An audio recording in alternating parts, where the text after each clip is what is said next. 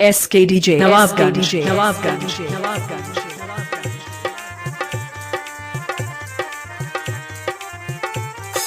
जन जन के अब होई सुनवाई। अच्छा चाची हम कहतानी साचो आप सभी के होई दुलरुआ। हाँ। लड़ियन है परधानी। कहाँ जातो भैया? अरे पलक स्टूडियो गोंडा जाए थे प्रचार बनवावे आपन, चलो घुमाए लाई। हाँ उनका काम बढ़िया है। सबको कॉलोनी दिलाऊंगा, सबको कॉलोनी दिलाऊंगा। अरे छपरा उतार के भौजी हो का भौजी हो बोली है भौजी हो अटवा मांगी हम गमछा पसार के। भौजी हो अटवा मांगी हम गमछा पसार के।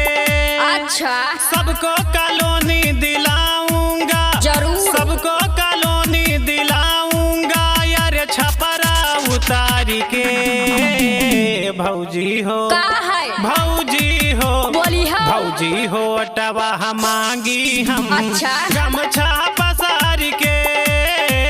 भौजी हो अटवा मांगी हम गमछा पसार के। जिया प्रधान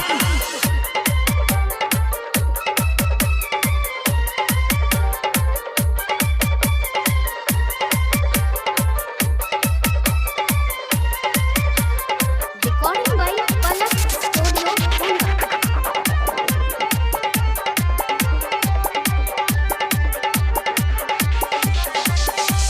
अब तक गरीबों को सब सुने न है। चूस चूस खाए सही कहो भैया। और मनरेगा के पैसा प्रधान जी हाँ। अपने खाते में मंगाए सही बात है। लेकिन अब होगा ना ऐसा, मिलेगा जन जन का पैसा। काम करवाऊंगा ऐसा कि जनता चाहेगी जैसा। जिया प्रधान बन के मसीहा दिखाऊंगा, बन के मसीहा दिखाऊंगा। अरे जनता लाचार के ए चाची अच्छा चाची हो। अरे ए चाची ओटवा मांगी हम चाचो। गमछा पसार के। ए चाची ओटवा मांगी हम गमछा पसार के। Nawabganj SKDJ रिकॉर्डिंग बाय पलक स्टूडियो गोंडा।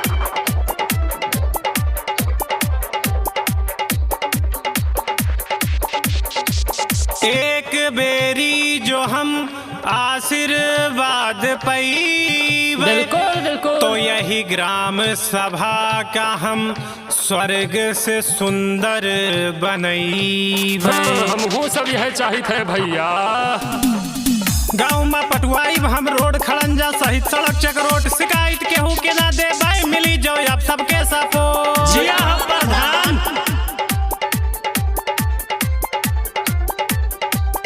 रवि पंडित भी उतरी आए, रवि पंडित भी उतरी आए। चाचा हमारे प्रचार में चाचा हो चाचा हो। अरे ए चाचा ओटवा मांगी हम गमछा पसार के। ए चाचा ओटवा मांगी हम गमछा पसार के। सबको कॉलोनी दिलाऊंगा, सबको कॉलोनी दिलाऊंगा। अरे छपरा उतार के चाची हो का है भाभी हो।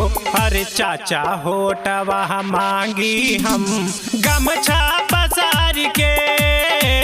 चाचा होटवा मांगी हम गमछा पसार के। चाचा होटवा मांगी हम गमछा पसार के। चाचा हो